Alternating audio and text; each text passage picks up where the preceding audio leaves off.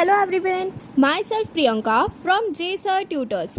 So today in this lecture we are going to start a new lesson that is reproduction in lower and higher animals. तो सबसे पहली बात हम ये discuss कर लेते हैं कि रिप्रोडक्शन होता क्या है. Reproduction means to reproduce. यहाँ पर नाम से ही पता चल रहा है रिप्रोडक्शन मतलब कि यहाँ पर नए ऑफस्प्रिंग्स या फिर नए इंडिविजुअल्स का प्रोडक्शन होगा from the pre existing similar life या फिर पेरेंट से ही न्यू इंडिविजुअल या फिर ऑफस्प्रिंग का प्रोडक्शन या फिर फॉर्मेशन होगा. तो रिप्रोडक्शन क्या होता है? It is a biological process of formation of new life from pre existing similar life that is parent. अब ये जो रिप्रोडक्शन है ये भी दो टाइप्स के होते हैं, एक एसेक्सुअल होता है एंड दूसरा सेक्सुअल होता है. एसेक्सुअल रिप्रोडक्शन में जो ऑफस्प्रिंग प्रोड्यूस हो रहे हैं वो विदाउट फ्यूजन ऑफ गैमेट्स होते हैं एंड सेक्सुअल रिप्रोडक्शन में क्या होता है कि जो ऑफस्प्रिंग्स प्रोड्यूस हो रहे हैं वो बाय फ्यूजन ऑफ गैमेट्स जो है सेक्सुअल रिप्रोडक्शन में वो फ्यूज होते हैं और एसेक्सुअल रिप्रोडक्शन में फ्यूजन ऑफ गैमेट्स नहीं होता है. तो आज के इस लेक्चर में हम एसेक्सुअल रिप्रोडक्शन इन एनिमल्स ये डिस्कस करेंगे. एनिमल्स में एसेक्सुअल रिप्रोडक्शन की जो प्रोसेस है वो कैसी होती है वो डिस्कस करेंगे. तो सबसे पहले अभी मैंने बताया कि एसेक्सुअल रिप्रोडक्शन क्या होता है, that is without fusion of gametes fertilisation formation of new animal is called as asexual reproduction. अब ये जो एसेक्सुअल रिप्रोडक्शन है वो हमें ज़्यादातर कौन से एनिमल्स में दिखेगा, जितने भी लोअर इनवर्टिब्रेट्स या फिर जितने भी लोअर ऑर्गेनिजम्स होते हैं उन सब में हमें कौन सा मोड ऑफ रिप्रोडक्शन दिखता है, एसेक्सुअल मोड ऑफ रिप्रोडक्शन दिखता है. और एसेक्सुअल मोड ऑफ रिप्रोडक्शन कैसा है, यूनिपेरेंटल है, मतलब सिर्फ सिंगल पेरेंट का ही इन्वॉल्वमेंट होता है बिकॉज यहाँ पर गैमेट्स का फ्यूजन नहीं हो रहा है.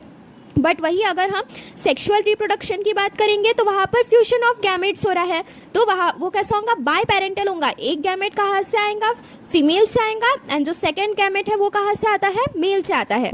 Asexual reproduction without fusion of gametes है तो इसलिए वो कैसा हो गया, यूनिपेरेंटल हो गया. It is most common among lower organisms. Progeny or offsprings are genetically identical to parent and are referred as clones. Asexual reproduction में जितने भी offsprings प्रोड्यूस हो रहे हैं वो कैसे होंगे, जेनेटिकली आइडेंटिकल होंगे उनके पेरेंट्स से. ऐसा क्यों होगा, क्योंकि वहाँ पर गैमेट्स फ्यूजन हो ही नहीं रहा है तो वहाँ पर जो न्यू ऑफस्प्रिंग्स प्रोड्यूस हो रहे हैं वो जेनेटिकली आइडेंटिकल होते हैं उनके पेरेंट्स से. और जो ऑफस्प्रिंग्स प्रोड्यूस हो रहे हैं एसेक्सुअल रिप्रोडक्शन में उसे हमने क्या कहा है, क्लोन्स कहा है. ठीक है, अब हम क्या देखेंगे, types of asexual reproduction. 3 type के एसेक्सुअल रिप्रोडक्शन होता है हमारे पास में, एक जेम्यूल फॉर्मेशन, बर्डिंग एंड थर्ड कौन सा है, रीजनरेशन. तो सबसे पहली बात हम क्या देख लेते हैं, जेम्यूल फॉर्मेशन. जेम्यूल फॉर्मेशन हमें किस में दिखता है, स्पॉन्जेस में दिखता है.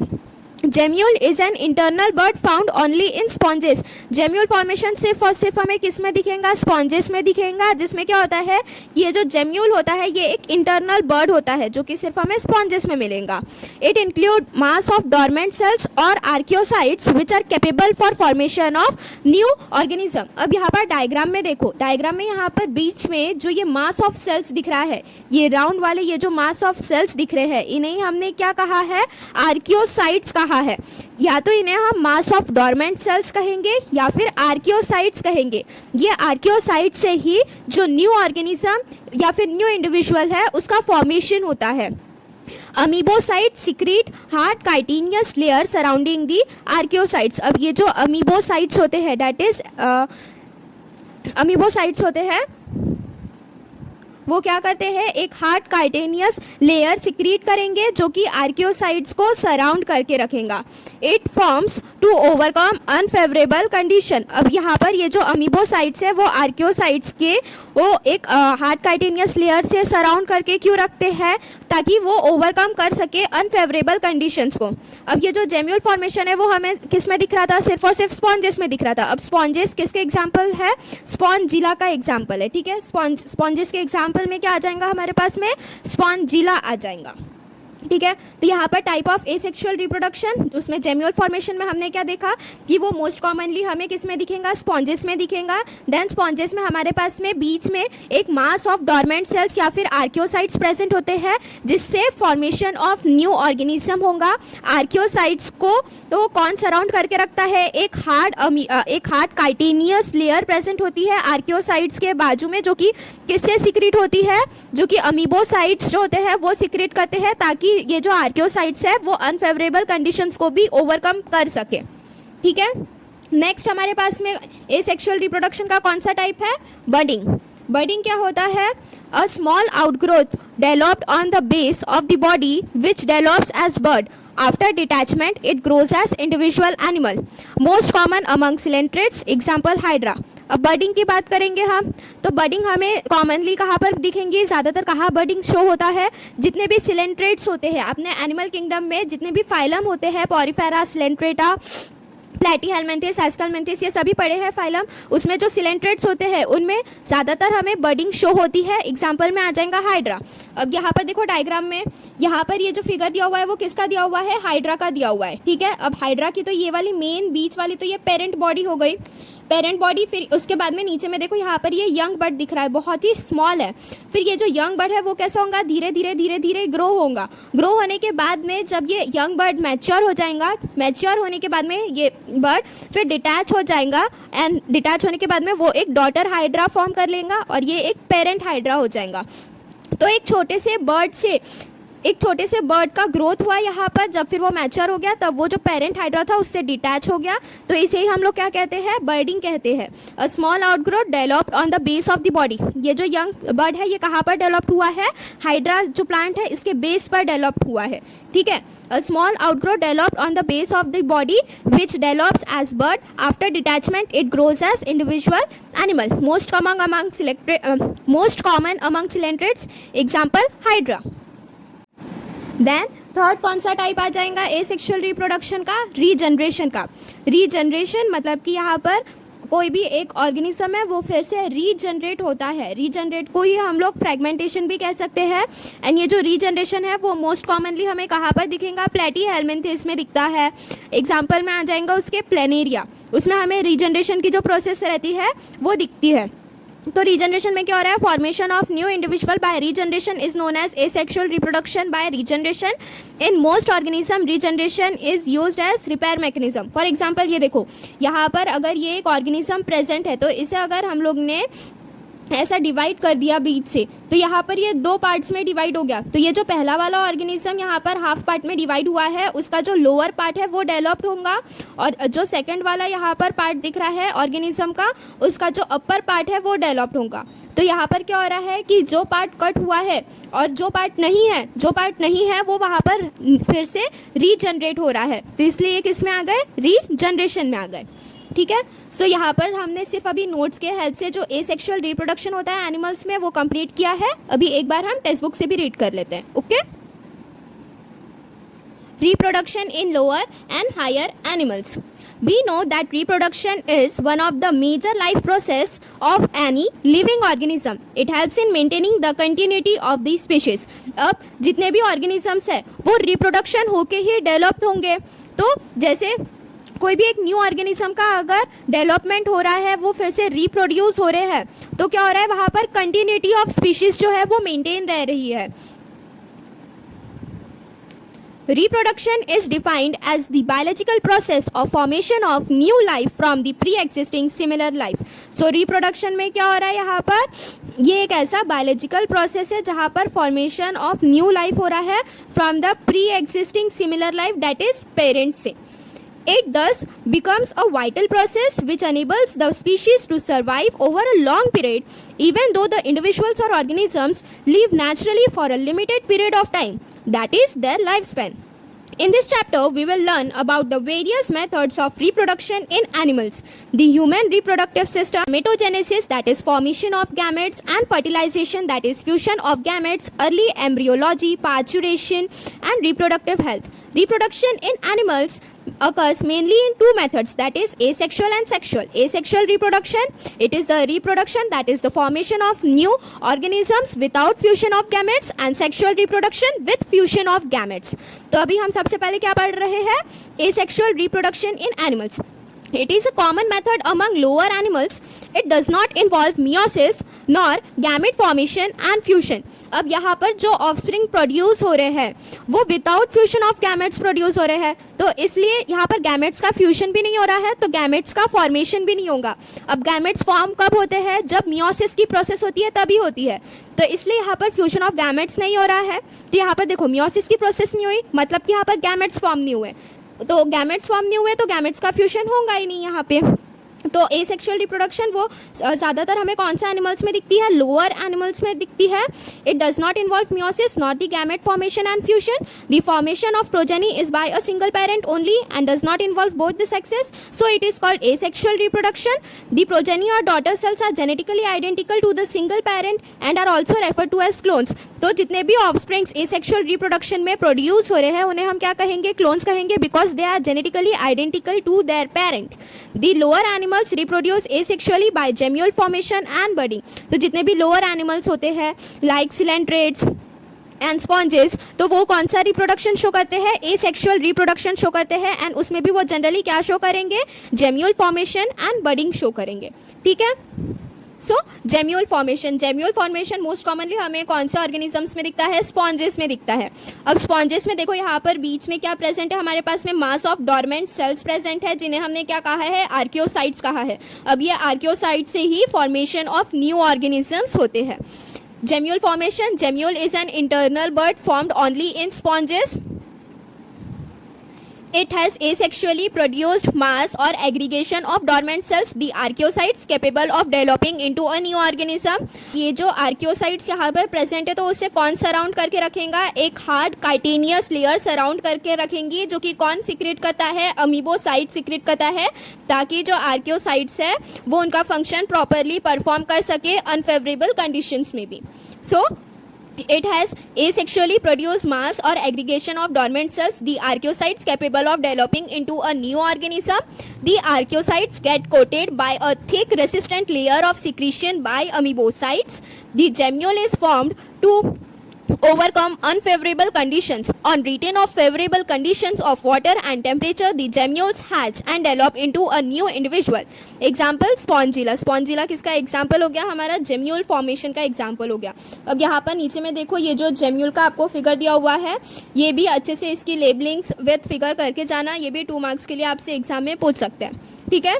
नेक्स्ट हमारा कौन सा टाइप है एसेक्सुअल रिप्रोडक्शन का, बडिंग. सो बडिंग हमें जनरली किस में मिलता है, सिलेंट्रेट्स में मिलता है, लाइक हाइड्रा एंड कोरल्स में मिलता है. ठीक है. So it is a simple method of asexual reproduction normally occurring in favourable condition. Budding जो है वो नॉर्मली कौन से कंडीशन में होता है, फेवरेबल कंडीशन में होता है. ठीक है. It is seen in a variety of animals like coelenterates, that is hydra and corals, and in some colonial ascidians. In hydra, a small outgrowth that is broad is produced towards the basal end of the body. अब देखो यहाँ पर ये budding in hydra की जो process दी हुई है, इसमें क्या हो रहा है कि ये जो हाइड्रा प्लांट है उसके बेस पर देखो यहाँ पर एक स्मॉल बर्ड दिख रहा है. अब ये जो बर्ड है वो धीरे धीरे डेवलप्ड होगा, तो यहाँ पर ये डेवलप बर्ड हुआ. देन उसके बाद में ये जब बर्ड जो है वो जब फुली मैच्योर्ड हो जाता है तब वो डिटैच हो जाता है from the parent body, and ये जो बर्ड डिटैच हुआ है वो फिर फर्दर ग्रोथ करके एक न्यू इंडिविजुअल फॉर्म करेगा.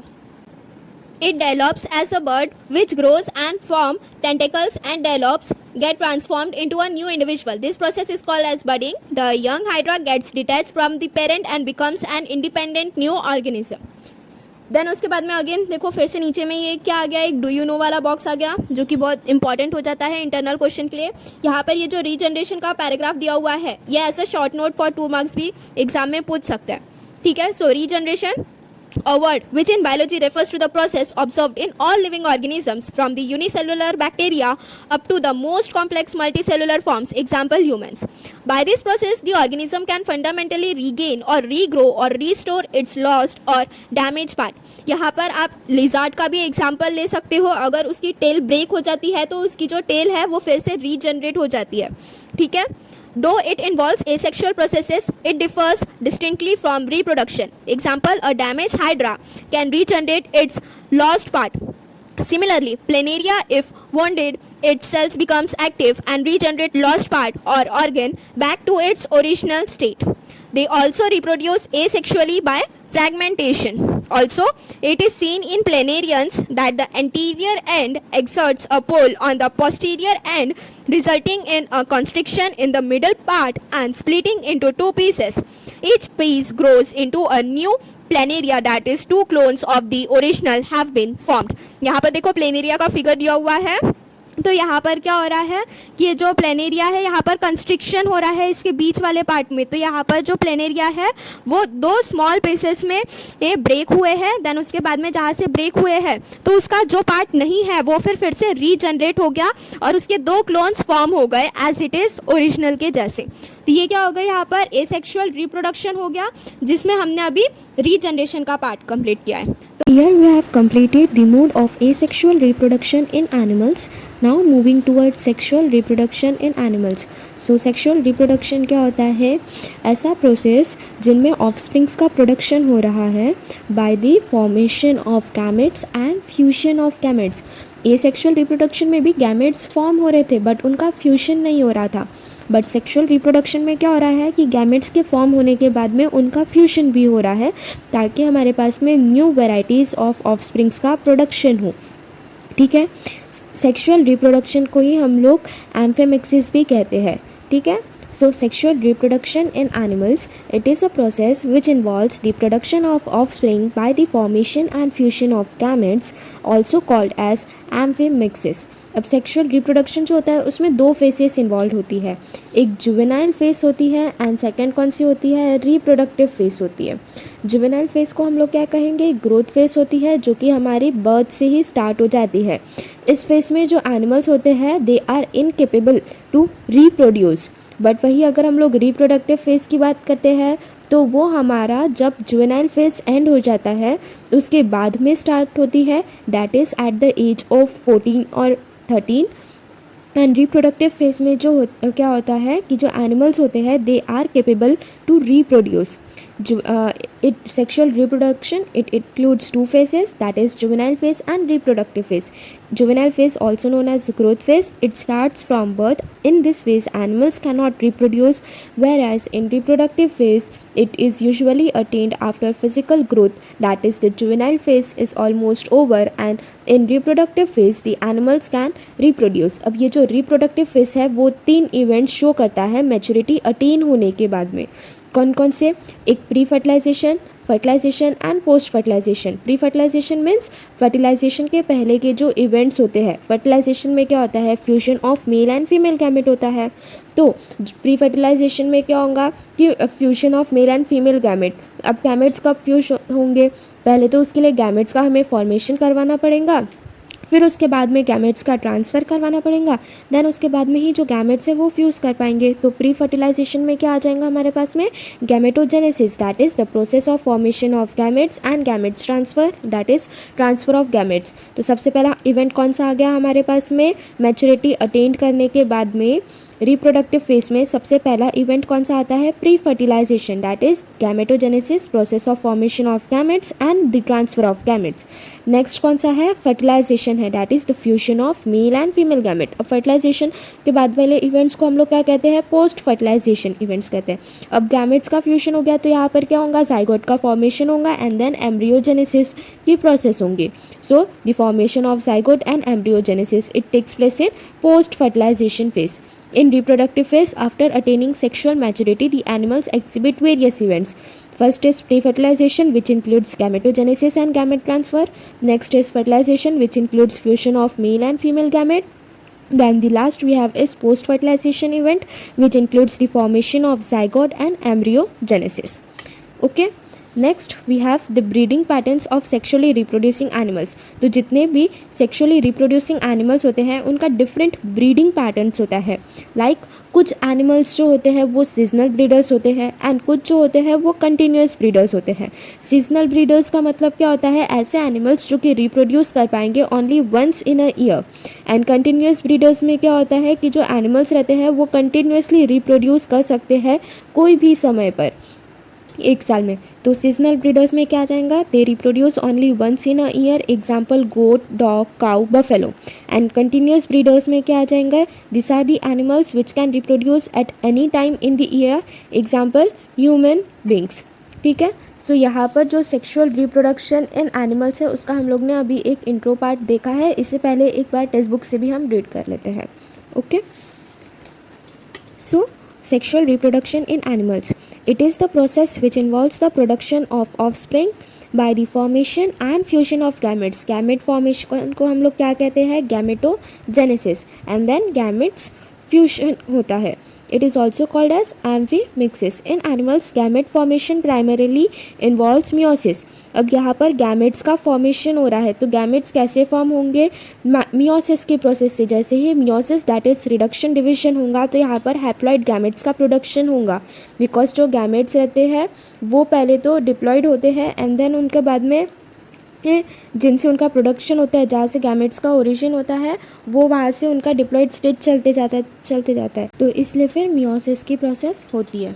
Okay, the sexually reproducing animals show two main phases in their life. The earlier phase, juvenile phase, mainly represent physical growth phase starting from birth. The animals cannot reproduce sexually in this phase. The later reproductive maturity phase is attained usually after physical growth is almost over. It involves growth and activity of sex organs. Reproductive phase में क्या होता है, ये जितने भी sex organs होते हैं उनकी ग्रोथ होती है एंड देन उनके वो एक्टिविटी शो करते हैं कि उनका हमारी बॉडी में क्या फंक्शन होता है। The animal can reproduce sexually in this phase. Both this periods that is phases are of variable duration in different animals. After attaining sexual maturity, the animals exhibit various events, namely pre-fertilization, which involves gametogenesis and gamete transfer, fertilization, that is the fusion of male and female gametes, and post-fertilization events, that is the formation of zygote and embryogenesis.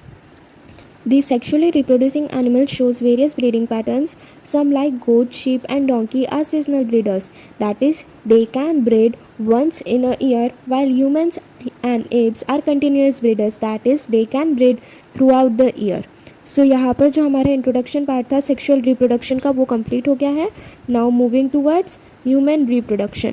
So human reproduction को भी हम लोग सबसे पहले एक बार note से discuss कर लेते हैं, देन टेक्स्ट बुक से रीड आउट कर लेंगे। देन जो नेक्स्ट वीडियो लेक्चर आएगा उसमें हम मेल रिप्रोडक्टिव सिस्टम जो है वो स्टार्ट करेंगे। ठीक है,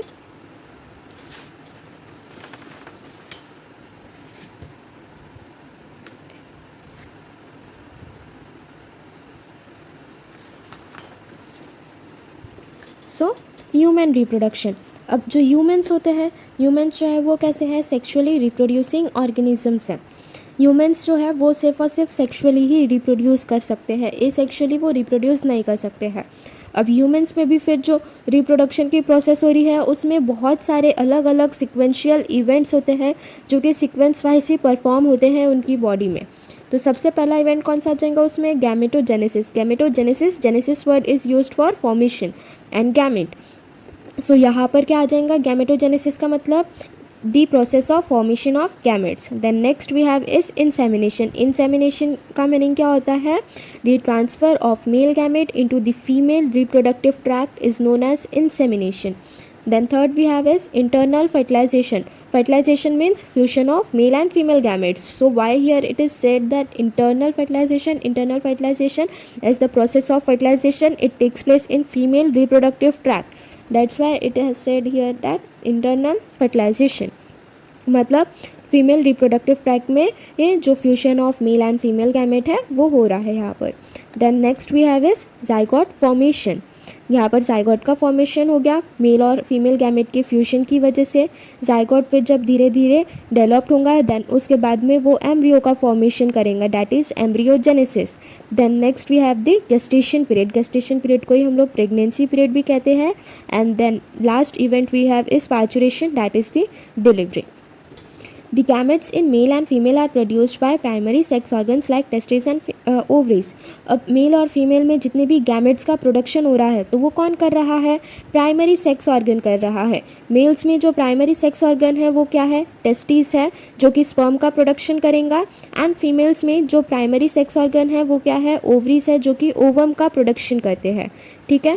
secondary sexual character of male and female differentiate them by external features. अब एक्सटर्नल फीचर्स दैट इज़ हम लोग कोई भी एक पर्सन को उसके आउटवर्ड अपीयरेंस से देख के बता सकते हैं कि ये मेल है या फिर फीमेल है। तो ऐसा क्यों होता है, ये जो सेकेंडरी सेक्शुअल कैरेक्टर्स प्रेजेंट होते हैं मेल और फीमेल में, वही उन्हें डिफ्रेंशिएट करते हैं। Secondary sexual character of male and female differentiate them by external features. For example secondary sexual character in males में कौन कौन से सेकेंडरी सेक्शुअल कैरेक्टर्स होते हैं, like beard, moustache, hair on chest, muscular body and large larynx that is Adam's apple. And वही अगर हम लोग फीमेल में सेकेंडरी सेक्शुअल कैरेक्टर्स की बात करेंगे तो क्या आ जाएगा, develop breast, broader pelvis and high pitched voice. So यहाँ पर हम लोग ने नोट्स के हेल्प से एक बार देख लिया है ह्यूमन रिप्रोडक्शन का इंट्रो। हम एक बार अभी टेक्स्ट बुक से भी रीड आउट कर लेते हैं। Okay, so human reproduction. Humans are sexually reproducing animals. The process of reproduction involves various sequential events such as gametogenesis, that is the process of formation of gametes, insemination, that is the transfer of male gamete into the female reproductive tract, internal fertilization, that is the process of fusion of male gamete with the female gamete in female reproductive tract, that is fusion of male and female gamete, zygote formation and embryogenesis, that is the formation of embryo, gestation, that is the pregnancy period, and parturition, that is the delivery period. The gametes, that is the sperms and eggs, are produced by primary sex organ, that is testes in males and ovary in female. Organ other than testes and ovaries are called as secondary sex organ. Primary sex organs में क्या आ जाएगा हमारे पास में, testis आ जाएंगी and ovaries आ जाएंगी, testis in male and ovaries in female. अब primary sex organ को छोड़ के बाकी जितने भी ऑर्गन्स बच रहे हैं तो उन्हें हम क्या कहेंगे, सेकेंडरी सेक्स ऑर्गन्स कहते हैं। As male and female can be externally differentiated by certain specific features called as secondary sexual characters. They are called as sexual dimorphic characters. In males, presence of beard, mustache, hair on chest, muscular body, and large larynx, that is Adam's apple, are secondary sexual characters, while in females, these characters are the developed breast, broader pelvis, and high pitch voice. So यहाँ पर जो sexual reproduction in animals का intro part था वो complete हो गया है, notes की हेल्प से किया हुआ है। तो अगर आपको नोट्स के हेल्प से पढ़ना है तो नोट्स की डाउनलोड लिंक नीचे डिस्क्रिप्शन बॉक्स में दी हुई है, तो वहाँ से जाके नोट्स डाउनलोड कर लेना। And if you like the video please like, share and subscribe our channel, and if you are having any queries then do message in the comment box. Thank you.